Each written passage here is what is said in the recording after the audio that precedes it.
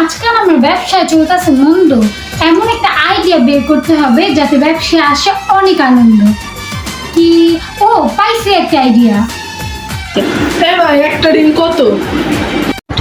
ভাই একটা ডিম 12 টাকা, আর যদি আপনি 4টা নেন তাহলে অফারে পাচ্ছেন 50 টাকা। এটা কিন্তু আপনার জন্য সীমিত অফার, এখনই নিয়ে নেন।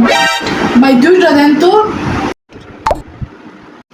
ভাই 2টা ডিম হইতেছে না, আরো 2টা লাগবে। ভাই আমি আপনার থেকে 4টা ডিম 48 টাকা করে লইলাম, কিন্তু আপনি আমার কাছে 50 টাকা অঙ্কন। আপনি বলেন নাকি আমি বলবো? ভাই বলেন আমি নাকি আপনি? আমি যদি 12 টাকা করে একালে 48 টাকা বেচতাম তাহলে কি আপনি আমার তো 4টা নিতেন নাকি একটাই লেগেছেন? আমি 50 টাকা কইছি দেখে আপনি আমার বলদ বানানোর লেগে 4টাই দিয়েছেন। আমি কোন কি বলদ, আপনি নাকি আমি? আচ্ছা এটা কি করলি রে ভাই? বলিতে চাইছিলাম একজনের বলদ হয়ে গেলাম আমি। জীবনে সবসময় বলদ বানানোর দরকার নেই, নিজে বলদ থাকলে নিজেই বলদ থাকুন ভালো।